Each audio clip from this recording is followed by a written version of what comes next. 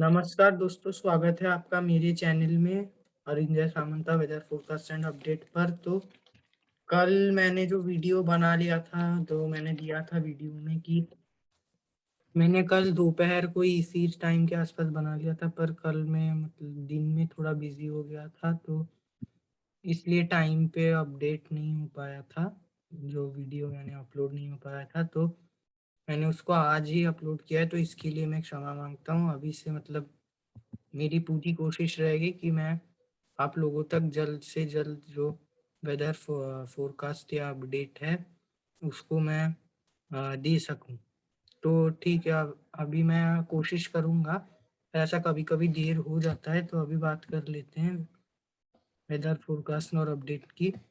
तो हम पूरे भारत की बात करने वाले हैं, तो बादलों की स्थिति पे नजर डाल लेते हैं। तो आप देख सकते हो कि पहाड़ों पे बहुत ही जो है हल्के बादल हैं।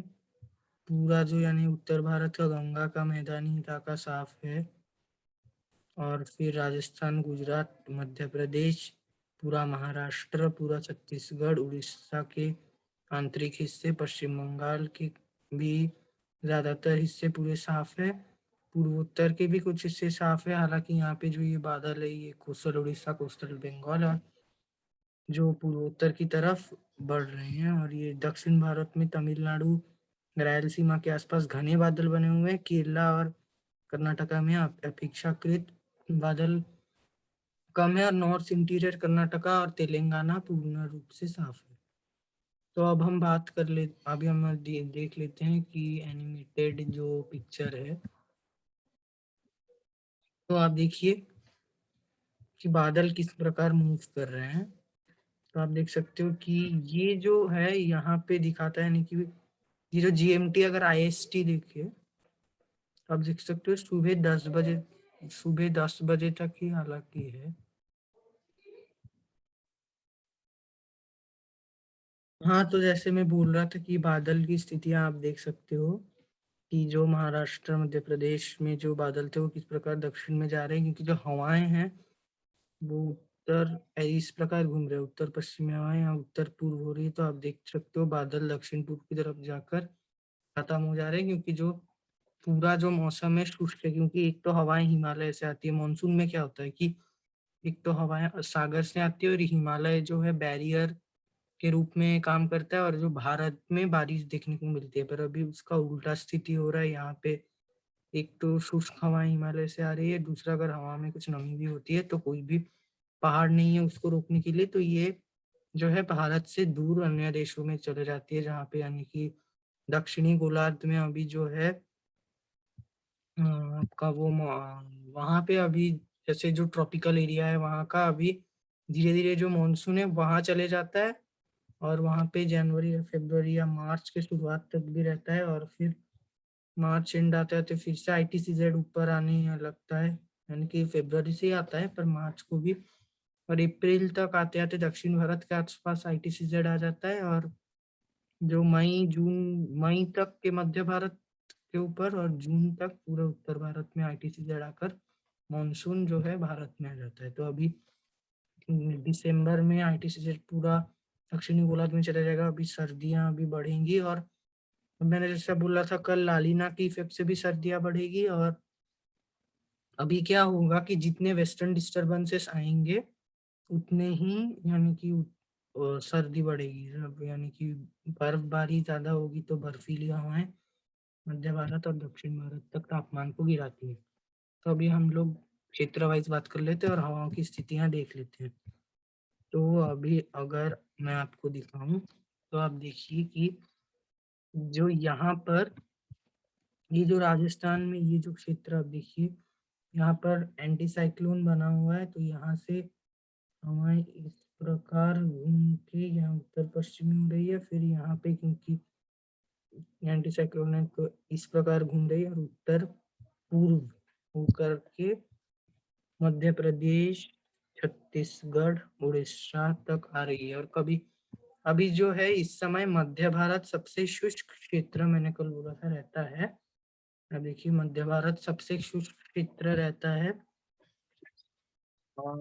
और उत्तर भारत में वेस्टर्न डिस्टर्बेंस के कारण अगर सशक्त वेस्टर्न डिस्टर्बेंस रहता है तो अरब सागर से जब हवाओं को खींचता है तो ये अरब सागर से नमी वाली हवाएं गुजरात में भी हल्की फुल्की बारिश देती है, पश्चिमी मध्य प्रदेश में, और वेस्टर्न डिस्टर्बेंस के कारण उत्तरी राजस्थान में भी बारिश हो जाती है, और दिल्ली एनसीआर के क्षेत्र, हरियाणा, पंजाब, पश्चिमी उत्तर प्रदेश और कभी कभी नॉर्थ मध्य प्रदेश तक बारिश देखने को मिलती है।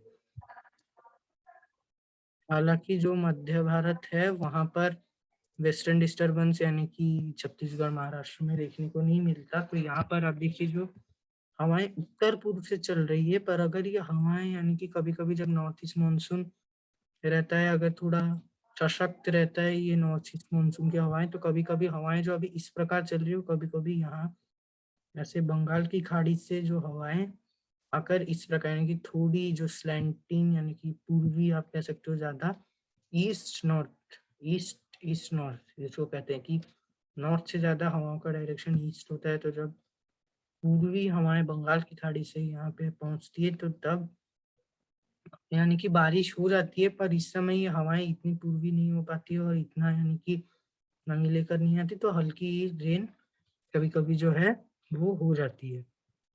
पर इसका जो इन हवाओं है ज्यादातर ऐसे ही चलती है और इनका मेन जो क्षेत्र होता है वो दक्षिण भारत होता है। पर यहाँ पे आप देखिए ये जो सिस्टम साइक्लोनिक सर्कुलेशन जो बना हुआ है वो धीरे धीरे गहरा कर यहाँ लो प्रेशर होकर जो तमिलनाडु और रायलसीमा के आसपास लैंडफॉल करेगा, और यहाँ पे बारिश की गतिविधियां बढ़ जाएगी। तेलंगाना और दक्षिण महाराष्ट्र और नॉर्थ इंटीरियर कर्नाटका तक देखने को मिलेगी, और हो सकता है छत्तीसगढ़ तक इसका इफेक्ट हो। मैंने जैसे बोला कि अगर ये हाई तो हो सकता है कि हवाएं इस प्रकार घूमे, तो जो हवाएं हैं वो उत्तर ईस्ट नॉर्थ ईस्ट, या हो सकता है कि कुछ क्षेत्र में दक्षिण पूर्वी भी हो जाए जिस प्रकार मानसून में चलती है। हालांकि मानसूनी हवाओं में जो हवाएं हैं यहाँ पर तो बस यहाँ से नमी ले रही है, मानसून में पूरा हवाएं यहाँ पे जो मेडागास्कर के पास जो हाई प्रेशर रहता है यहाँ से जो है नमी को इकट्ठा करते हुए यहाँ सोमालिया के आसपास घूमती है, और पूरा जो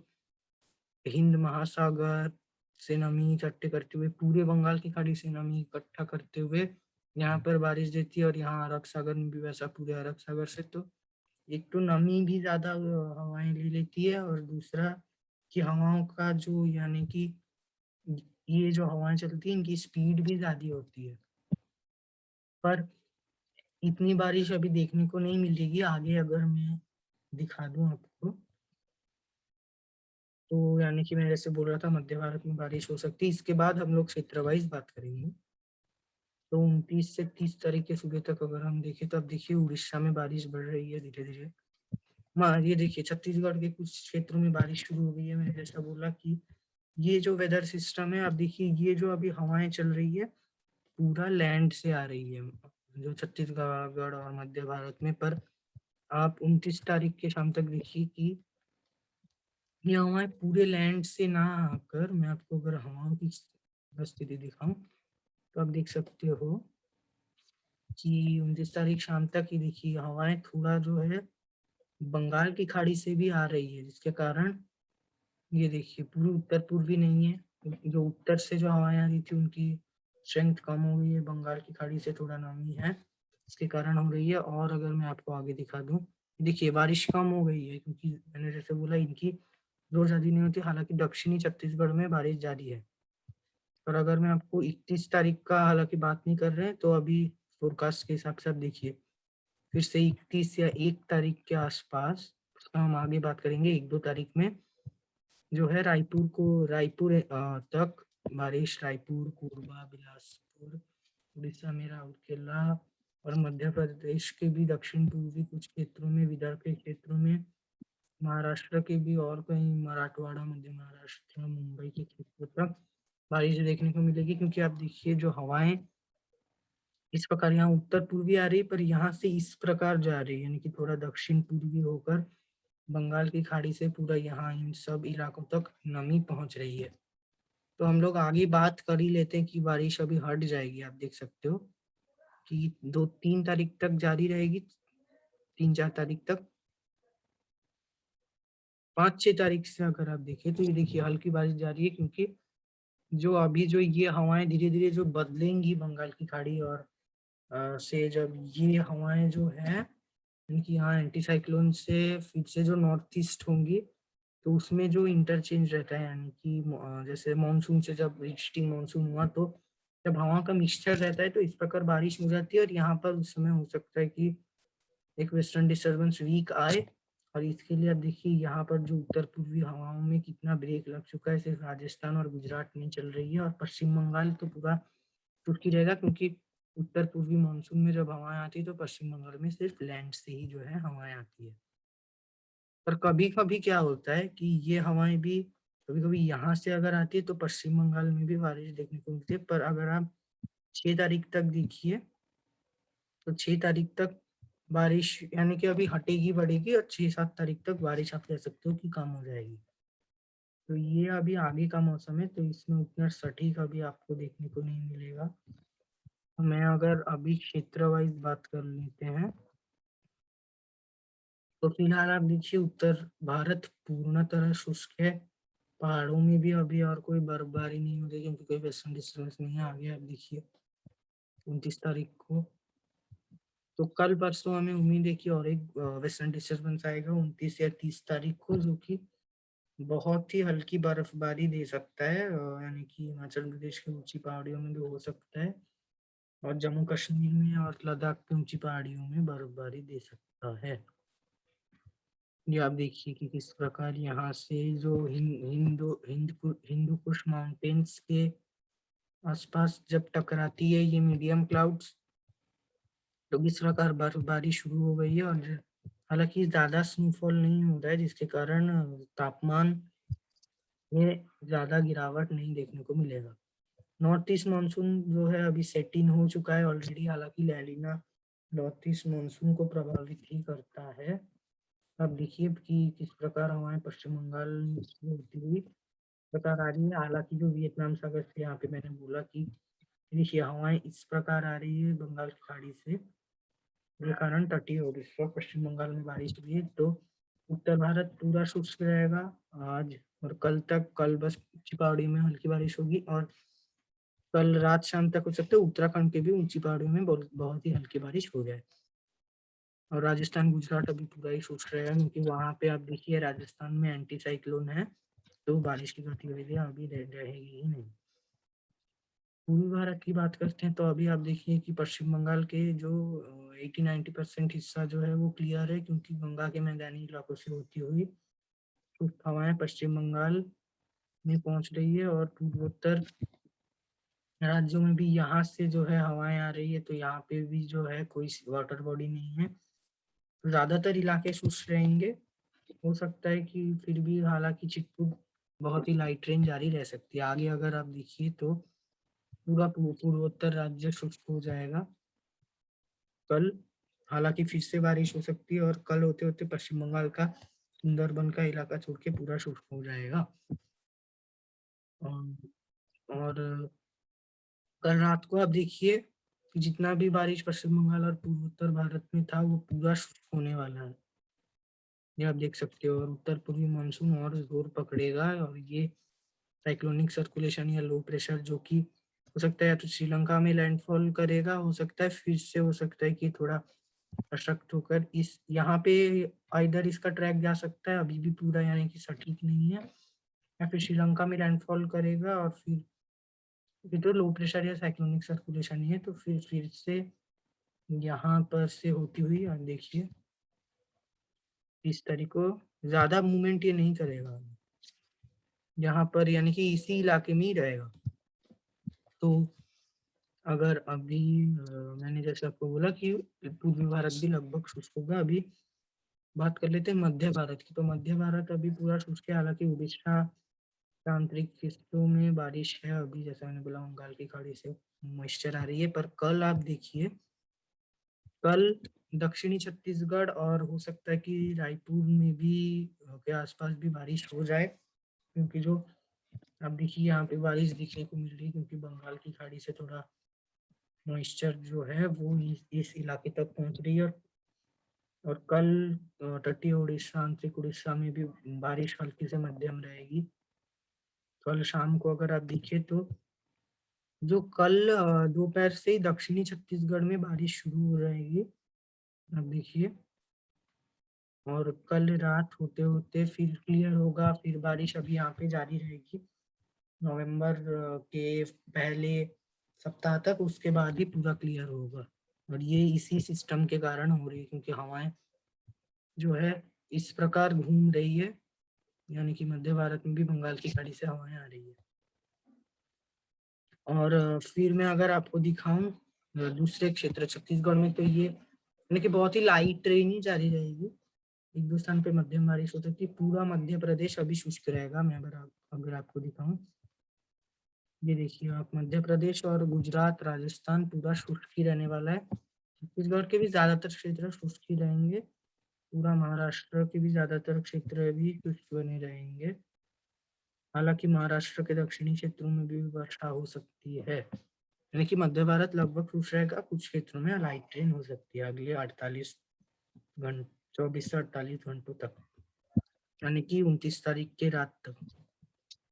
तो अब हमारा जो क्षेत्र बाकी है दक्षिण भारत। तो अब दक्षिण भारत की बात करें तो यहाँ पे उत्तर पूर्वी मानसून जो दक्षिण प्रायद्वीप को अफेक्ट करता है वो दस्तक दे चुका है। तब देखिए तटीय तमिलनाडु में अभी बारिश चल रही है, और आगे अभी अभी हम अगर देखें तो ये जो साइक्लोनिक सर्कुलेशन जैसे जैसे और करीब आएगा तमिलनाडु के, तो आप देखिए तमिलनाडु ही नहीं, बंगाल की खाड़ी से नमी वाली हवाएं जो है दक्षिणी उड़ीसा, फिर आंध्र प्रदेश, रायलसीमा के क्षेत्रों में भी बारिश देगी। और आगे अगर आप चले तो अब देखिए जिस प्रकार आगे जा रही है बारिश, पूरा जो तमिलनाडु है उसको कवर कर जा रही है। तंजावुर, पुडुचेरी, चेन्नई, वेल्लोर तक वर्षा देखने को मिलेगी। आप देखिए कल दोपहर तक फिर से जो दक्षिण आंतरिक कर्नाटका में बारिश शुरू हो जाएगी। तेलंगाना के दक्षिणी क्षेत्र भी प्रभावित हो सकते हैं। और कल शाम होते होते आप देख सकते हो, माफ कीजिए, होते होते आप देख सकते हो कि तो पूरा यानी कि दक्षिणी भारत में बस तेलंगाना के जो क्षेत्र हैं उसको छोड़ दीजिए आप, और जो और भी कुछ यानी कि कर्नाटका के क्षेत्र, बाकी पूरे दक्षिण भारत में जो बारिश है वो जारी रहेगी। तो आप देखिए कि कर्नाटका के ज्यादातर क्षेत्र, तेलंगाना के भी दक्षिणी क्षेत्रों में, और कल रात होते होते यानी कि बारिश हल्की से मध्यम जारी रहेगी। एक दो स्थान पे भारी बारिश भी देखने को मिल सकती है। तो कल रात को फिर मौसम शुष्क हो गया, ऐसा शुष्क और बारिश यहाँ पे अभी दक्षिणी भारत में बारिश अभी जारी ही रहेगी, आप कह सकते हो। हालांकि नॉर्थ ईस्ट मानसून इस साल उतना भी सशक्त नहीं रहेगा, क्योंकि लालीना का जो इफेक्ट है वो नॉर्थ ईस्ट मानसून पर नेगेटिव इफेक्ट डालता है। तो ऐसा ही रहेगा संपूर्ण भारत का मौसम अगले 24 से 48 घंटों तक। आगे के अपडेट के लिए देखते रहिए मेरे चैनल को, और मैं ट्राई करूंगा कि वीडियो को जल्द से जल्द अपलोड कर दूं। धन्यवाद। जय हिंद, जय भारत।